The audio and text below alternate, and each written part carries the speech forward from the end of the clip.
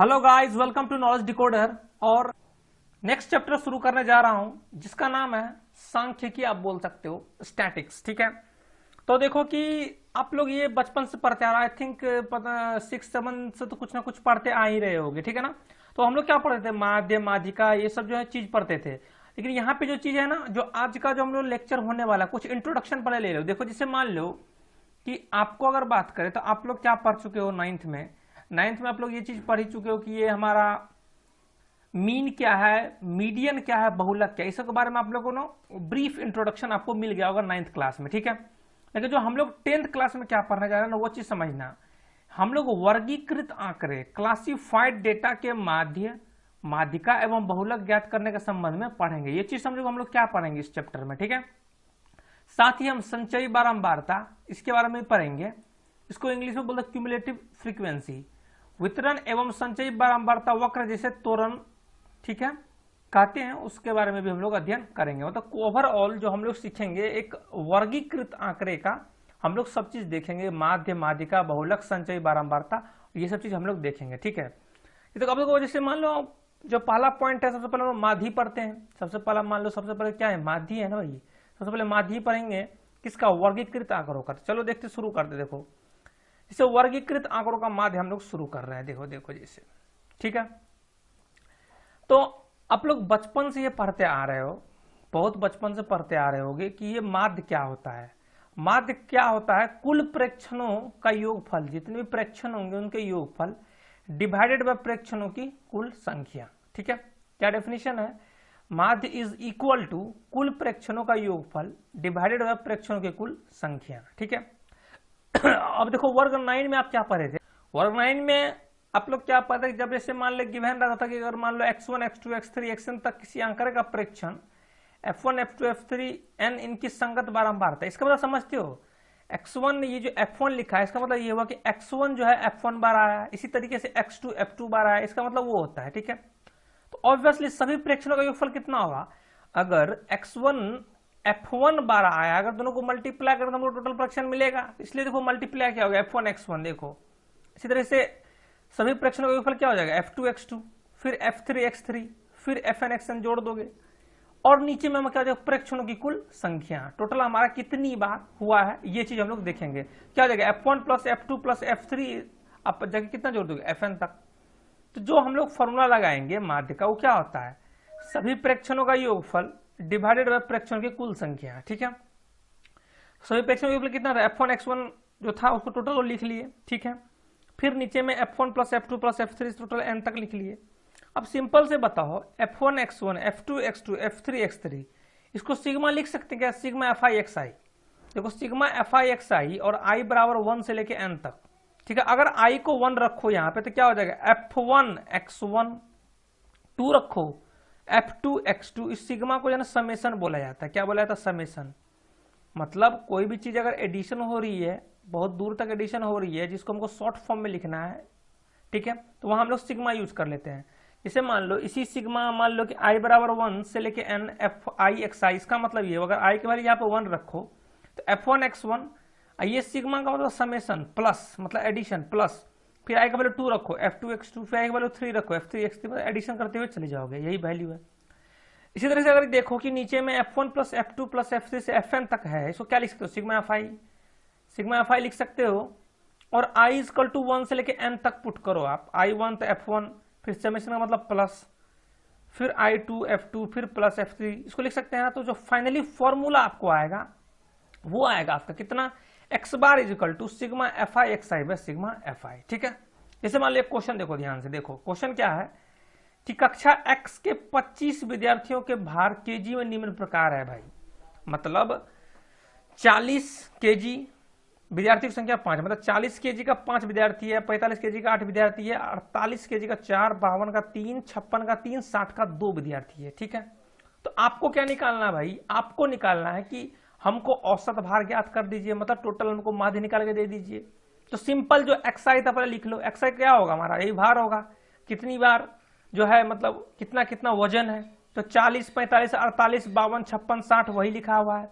फिर ये हो गया क्या, बारंबारता, बारंबारता मतलब कितनी बार आया, मतलब यही ना है, ये 5 विद्यार्थी है, ये 8 विद्यार्थी है, तो वही चीज हो गया ये एफ आई एक्स आई, ये चीज हो गया बाहर।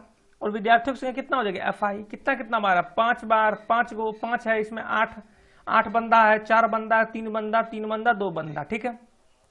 तो सिंपल से आपको निकालना भाई माद, तो क्या होता है sigma F I x I by sigma F आई, यही फॉर्मूला होता है। देखो तो सिग्मा एफ आई एक्स आई मतलब क्या, सिग्मा एफ आई एक्स आई मतलब क्या, एफ आई एक्स आई सबसे पहले आपको मल्टीप्लाई करना पड़ेगा, तो करो आप मल्टीप्लाई, 40 इंटू 5 कितना होगा 200। यहां से हम लोग एफ आई एक्स आई की जरूरत पड़ रहा है तो हम लोग एफ आई एक्स आई निकालेंगे ना भाई, क्योंकि फॉर्मूला में देखो summation F I into x आई, मतलब F I into x I, तो F I into x I तो निकालना ही पड़ेगा। तो हम लोग इसलिए क्या कर रहे हैं ना, ये जो एक्स आई है एफ आई इसको मल्टीप्लाई करके 200, फिर दोनों को मल्टीप्लाई करके ये मल्टीप्लाई क्यों कर रहे हैं, क्योंकि फॉर्मूला में एफ आई एक्स आई का यूज है। फिर इसको मल्टीप्लाई करके ये, फिर इसको मल्टीप्लाई करके ये, फिर इसको मल्टीप्लाई करके ये, और फिर इसको मल्टीप्लाई करके ये आ गया, ठीक है। इसी समझ में आ गया एफ आई एक्स आई। लेकिन ध्यान से देखो, ठीक है, क्वेश्चन में जो फॉर्मूला होता है अपना वो होता है summation of f I x i. Summation of f I x आई मतलब क्या, सबसे पहले तो आप एफ आई एक्स आई सबका निकाल लिए, समेशन मतलब ये होता है आप सबको आप ऐड कर दो, एफ आई एक्स आई को जितना भी एफ आई सबको ऐड कर दो, क्या होगा समेशन ऑफ कितना होगा 1196 जोड़ करोगे तो। फिर क्या है समेशन ऑफ एफ आई, फिर एफ आई जितना सबको ऐड कर दो कितना हो गया 25, बस सिंपल सा फॉर्मूला लगाना है, आपको डायरेक्ट आंसर मिल जाएगा। देखो sigma F I x I by sigma F I 1196 बाय 25 47.84 kg, ये आपका औसत भार आ गया, ठीक है। देखो कभी कभी होता क्या है ना कि ऐसा नहीं लिख करके ये एक्स आई डायरेक्ट ना लिख करके ना इस तरह से गिवन रहता है, जैसे मान लो वर्ग अंतराल के रूप में गिवन रहता है, जैसे मान लो ऐसे दे देगा कि 20 से 25, 25 से 30, है ना, 30 से 35, इस तरीके से आपको क्वेश्चन में गिवन दे देगा। तो इस अगर इस तरह से क्वेश्चन में गिवन रहे ना तो आप तो कैसे निकालोगे एक्स आई, एक्स आई निकाले कुछ करना नहीं, दोनों का एवरेज ले लो, ठीक है। जैसे लेकिन वर्गीकृत आंकड़ों को में ऐसा माना जाता है कि किसी वर्ग अंतराल की बारंबारता उस वर्ग अंतराल के मध्य बिंदु के इर्द गिर्द केंद्रित होती है। मतलब जो अगर आपको सिंपली गिवन है तो ठीक है एक्स आई, अगर मान लो वर्ग अंतराल के रूप में है तो आपको कुछ नहीं करना है, एक्स आई निकालने के लिए जस्ट इनका एवरेज ले लेना है। वही चीज है कि अतः वर्गीकृत आंकड़े के माध्य ज्ञात करने के लिए प्रत्येक वर्ग अंतराल का वर्ग चिन्ह क्लास मार्क ज्ञात किया जाता है, वो दोनों का एवरेज लेने से। मतलब क्या, उच्च सीमा प्लस निम्न सीमा डिवाइड बाय 2। जैसे मान लो कोई वर्ग अंतराल 20-25 है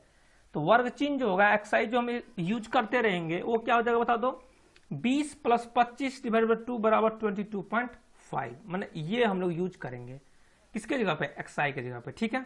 देखो अब ये चीज आपको समझ में आ गई होगी। अब देखो अगला पॉइंट, तो ये तो एक सिंपल सा जो 9th में आप पढ़े थे वो चीज था, एक्चुअली ये 10th में ही पढ़ना है। एक्चुअली जो माध्य निकालते हैं उसका 3 विधि होता है, हम 3 विधि आगे डिस्कस करेंगे। तो सबसे पहले देखो 3 विधि डिस्कस करने से पहले हम लोग क्या करते हैं ना कि माध्य के गुण दोष के बारे में पढ़ लेते हैं, क्या माध्य का मेरिट्स एंड डिमेरिट्स है, ठीक है। तो सबसे पहले पढ़ते हैं गुण, इसका मेरिट्स क्या क्या है। सबसे पहले सभी पदों का महत्व, इसमें हर एक पद का महत्व होता है। माध्य दिए गए वितरण के सभी पदों पर आधारित होता है, अतः यह उनका उचित प्रतिनिधित्व करता है। ऑब्वियसली हर एक पद हम लोग यूज करते हैं, ठीक है। दूसरा सरल प्रक्रिया, सिंपल है भाई, simple sigma F I x I by sigma F I, simple जोड़ के लगा दो डिवाइड आ जाएगा। तीसरा अद्वितीय मान, अद्वितीय मान मतलब क्या, किसी वितरण का माध्य एक ही होता है, अर्थात माध्य का मान अद्वितीय रूप से परिभाषित होता है। मतलब ऐसा थोड़े है कि 5 माध्य निकाल दो, जैसे मान लो कि कोई चीज है, जैसे मान लो इसी का मुझे आपको माध्य निकाल दो, एक ही माध्य निकाल रहे हो ना, देख रहे हो ना, इसका थोड़े कि 5 माध्य निकाल दोगे। तो वही चीज क्या, ये अद्वितीय है, मतलब एक ही होता है इसका, ठीक है। किसी भी वितरण का, किसी एक पार्टिकुलर वितरण का माध्य एक ही होता है, ठीक है। फिर है आदर्श के परिवर्तन का न्यूनतम प्रभाव, ठीक है। यदि प्रेक्षण के पूर्ण क्षेत्र से कई प्रतिदर्श आंकड़े के लिए जाए तो सभी प्रतिदर्श संग्रह के माध्य लगभग समान होते हैं। एक्चुअली जो समान टाइप का होता है ना प्रेक्षण, है ना, कई प्रतिदर्श आंकड़े के लिए जाते हैं ना, तभी सभी प्रतिदर्श संग्रह के जो माध्य होते हैं वो लगभग समान होते हैं, ठीक है। फिर जो अगला देखोगे तो बीज गणितीय गुण, बीज गणितीय गुण में क्या बोलता है, देखो कि माध्य में कई बीज गणितीय गुण होते हैं, अतः इसकी बीज गणितीय विवेचना संभव है। मतलब इसमें से कुछ बहुत कुछ जो है ना बीज गणित जो हम लोग पढ़ते हैं उससे इसमें मैच आता है, इसमें मैच होता है, इसलिए हम लोग क्या बोलते हैं इसमें ये बीज गणितीय गुण भी इसके लिए एक अच्छा पॉइंट माना जा सकता है। डिमेरिट्स में देख लियो क्या क्या है, सभी पदों का महत्व, सरल प्रक्रिया, अद्वितीय मान, आदर्श के परिवर्तन का न्यूनतम प्रभाव, है ना, और फिर बीजगणितीय गुण। ये तो आपके मेरिट्स हो गए। चलो अब डिमेरिट्स की बात कर लेते हैं। देखो डिमेरिट्स क्या बोलता है। डिमेरिट्स का कहना यह है कि चरम मानों का प्रभाव। सबसे पहला डिमेरिट चाहिए चरम मानों का प्रभाव। थोड़ा सा कलर चेंज करता हूं, देखना। देखो चरम मानों का प्रभाव मीन्स क्या होता है। माध्य पर चरम मानों का प्रभाव पड़ता है, अर्थात माध्य सर्वाधिक एवं न्यूनतम मानों को उचित महत्व नहीं देता।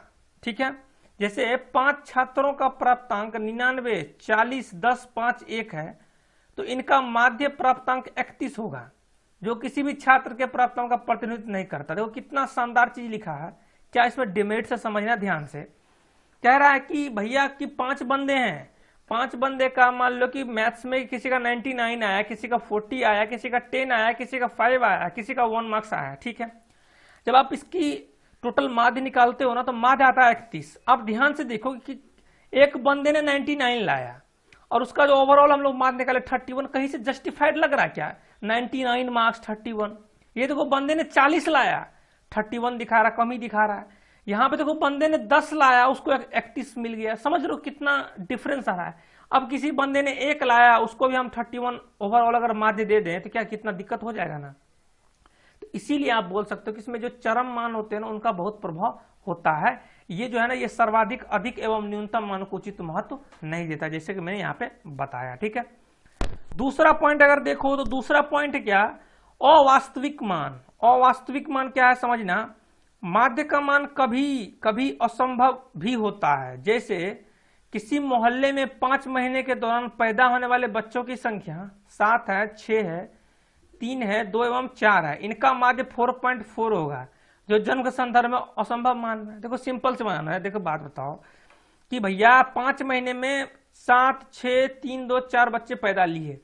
अब किसी ने बोला सर एवरेज कितना पैदा लिए, सर आप बता दीजिए मुझे एवरेज कितना पैदा लिए, तब हम आपको कुछ बताएंगे। ठीक है, तो हम ले लिए जाके एवरेज। तो एवरेज ले लिए 4.4। अब एक बात बताओ 4.4 कोई बच्चा होता है भाई? अब ये तो 4 बच्चे होंगे या तो 5 बच्चे होंगे, ऐसा थोड़ा होगा कि 4.5 बच्चा होगा। तो ये चीज समझिए क्या एक अवास्तविक मान भी ये दे देता है। ठीक है, तीसरा अगर पॉइंट की बात करो, दिख रहा है ना तुम लोग को, कुछ जूम कर ले क्या, थोड़ा सा रुको जूम कर लेता हूं। फिर से बाह्य मान का अगला क्या है, बाह्य मान का प्रतिनिधित्व। मतलब कभी कभी क्या सीन बनता है भाई कि कभी कभी जो है ना आंकड़े का जो प्रेक्षण होता है, अगर उसको माध्य और निकालते हैं तो ऑब्वियसली वो समूह के बाहर का आ जाता है, जो कि एक अनुपयुक्त लगता है। ठीक है, सही बात है।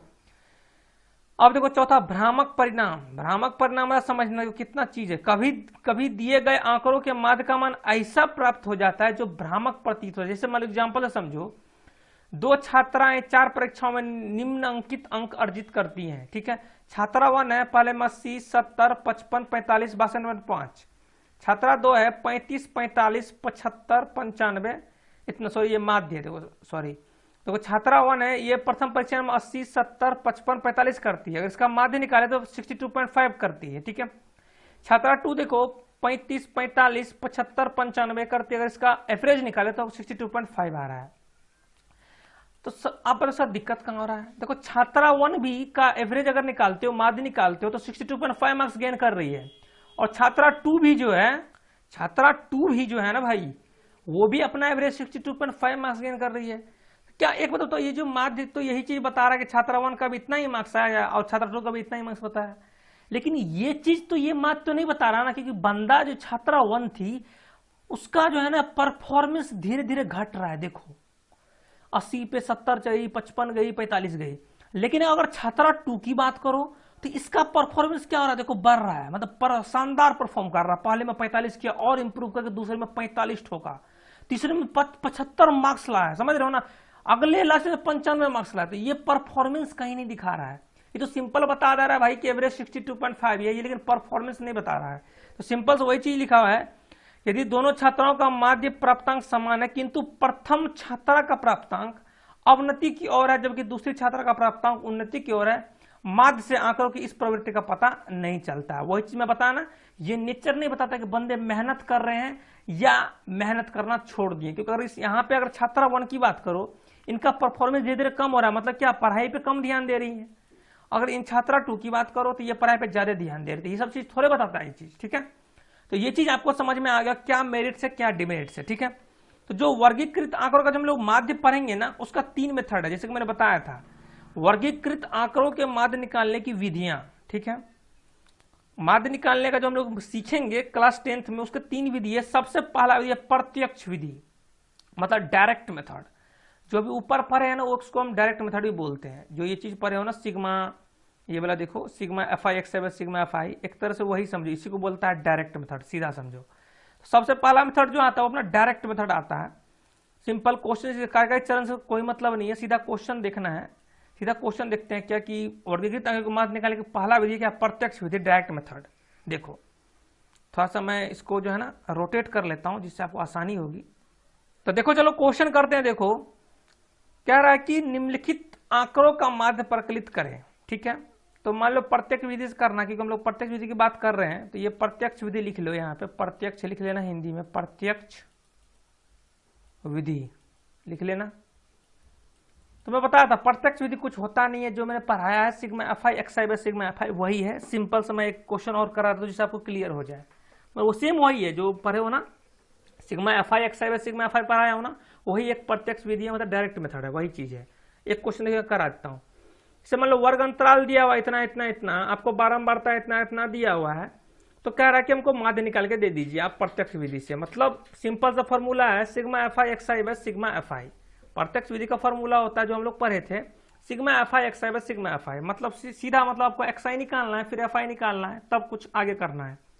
अब देखो 10-25 जो क्लास इंटरवल था वो तो लिख लिए, कोई दिक्कत नहीं है भाई, कोई दिक्कत नहीं। लेकिन अब फिर बारंबारता लिख लिए, बारंबारता लिख लिए, चलो कोई दिक्कत नहीं है। लेकिन मैं बताया था कि इससे तो अब काम हो नहीं सकता। XI निकालने के लिए जब इस तरीके से अगर वर्गांतराल गिवन रहे, तो अब आपको निकालना है दोनों का एवरेज, मतलब उच्च सीमा प्लस निम्न सीमा डिवाइड बाय 2, उच्च सीमा प्लस निम्न सीमा डिवाइड बाय 2। जिसे मान लो XI जो हम लोग निकालेंगे वो क्या हो जाएगा, 10 + 25 divide by 2, 25 + 40 divide by 2, 40 + 55 divide by 2, तो करोगे 47.5। मतलब उसी तरीके से आप देखते चले जाओगे। और यहां पर अगर देखो 185/2, तो कितना हो जाएगा 92.5। मतलब कुल मिला के ओवरऑल जब वर्गांतराल गिवन रहता है, तो आप डायरेक्टली XI के लिए क्या करोगे, सीधा ये दोनों का उच्च सीमा प्लस निम्न सीमा डिवाइडेड बाय 2 कर लोगे, तो मस्त आपको XI मिल जाएगा, कोई दिक्कत वाली बात नहीं है। और देखो FI तो क्वेश्चन में गिवन है बारंबारता, बस खत्म हो गया क्वेश्चन भाई। अब हो गया, FI मिल गया, XI मिल गया। फॉर्मूला क्या होता है प्रत्यक्ष विधि का, सिंपल सा formula sigma FI XI sigma FI, sigma FI XI sigma FI formula होता है, ठीक है। बस FI मिल गया, XI मिल गया, बस पहले अब देखो FI × XI है, निकाल लो FI × XI, मल्टीप्लाई कर दिए, मस्त निकाल लिए, मस्त निकाल लिए, मस्त निकाल लिए, सबका निकाल लिए। अब देखो समेशन ऑफ FI XI, मतलब ये बोल रहा है कि FI XI को आप जोड़ लो सबको, ये सब है ना FI XI सबको जोड़ लो। कितना हो गया 1860 आया। फिर सिग्मा FI है, मतलब FI को जोड़ लो तो 30 आया। तो सिंपल जो निकालोगे माध्य डिवाइड करके 1860/30, तो कितना आ जाएगा 62। यही अपना क्या ये होता है डायरेक्ट मेथड, ठीक है। जैसे एक और देखो एग्जांपल देखो, कह रहा है कि नीचे दिए गए बारंबारता वितरण का अंक गणितीय माध्य 25 है। मतलब आपको माध्य दे दिया हुआ है, P का माध्य ज्ञात कीजिए, ठीक है। तो आपको डायरेक्ट मेथड यूज करना है यहाँ पे, क्योंकि मैं डायरेक्ट मेथड ही बता रहा हूँ, प्रत्यक्ष विधि बता दो, डायरेक्ट मेथड यूज करो। वर्ग अंतराल दिया हुआ है, फिर से ये दिया हुआ है, तो वर्ग अंतराल सबसे पहले वर्ग अंतराल की वजह से आप XI निकाल लोगे। जैसे जो पहले लिख लेना, वर्ग अंतराल का एक बना लेना, ठीक है, हो गया। फिर बना लेना बारंबारता का बना लिए। इसके बाद जो आपका काम होना चाहिए वो बनाना XI का। XI कैसे निकालेंगे, ये दोनों का एवरेज, ये दोनों का एवरेज, मतलब उच्च सीमा प्लस निम्न सीमा डिवाइड बाय 2 उससे निकाल लिए। 5, 15, 25, 35, 45 आया हमारा, ठीक है। बस सिंपल सा जो फॉर्मूला है माध्य का क्या होता है, सिग्मा FI XI, क्या होता है formula, sigma FI XI by sigma FI, मतलब क्या माध्य बराबर x बार बराबर, ठीक है। तो चलो कर लो भाई। अब देखो FI XI निकालोगे, सीधा मल्टीप्लाई कर लिए, समेशन ऑफ FI के लिए सबको जोड़ दिए, पूरा का पूरा को जोड़ दिए। अब ये P के फॉर्म में था, तो हमारा ऑब्वियसली जो सिग्मा FI XI आएगा P में एक टर्म में आएगा 940 + 35P, कोई दिक्कत वाली बात नहीं है। इसी तरीके से सिग्मा FI जो रहे, तो ये भी हमारे P के टर्म में आया। अब मस्त फॉर्मूला में पुट कर देना है, क्या पुट करना है, x बार बराबर sigma FI XI sigma FI, ठीक है। अब देखो x बार कितना दिया था बताओ जल्दी से, 25 दिया हुआ था, ठीक है। तो 25 बराबर ये 25 है, 28 मत समझना, ये 25 है।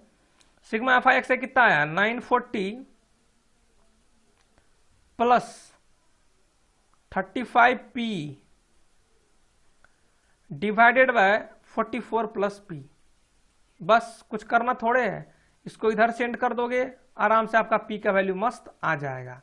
और क्वेश्चन में को क्या निकालना था, क्वेश्चन में आपको निकालना भी था क्या, p का माध्य ज्ञात कीजिए, मतलब ओवरऑल जो p आप निकाल लिए हम लोग मस्त, तो p का वैल्यू हम लोग निकाल लिए, फिर देखते आगे क्या करना आते। ठीक है, देखो वही चीज यहाँ पे लिखा हुआ है, एक्स बार बराबर सिग्मा एफ आई एक्स आई सिग्मा एफ आई, मस्त सॉल्व किया, जो चीज मैंने वहां पे लिख के बताया था वही चीज लिखा हुआ है। देखो आगे इसको मस्त तरीके से सॉल्व किया हुआ है। ठीक है, देख लो यहाँ से, फिर इसको इधर से इधर भेज दिया गया। ओवरऑल जब p का वैल्यू सॉल्व किया है तो हमारा p का वैल्यू कितना है 16। ठीक है, यही आपका p का वैल्यू आपको मस्त निकालना था। मतलब ये हो गया कि बंदा अगर बात करे तो p का वैल्यू हम लोग का मस्त आ चुका है कितना 16। यही आपको क्वेश्चन में निकालने के लिए गिवन था। ठीक है, अब देखो क्या सीन है कि अगर आप नेक्स्ट क्वेश्चन देखते हो तो देखते हैं क्या सीन बनता है अगले क्वेश्चन में।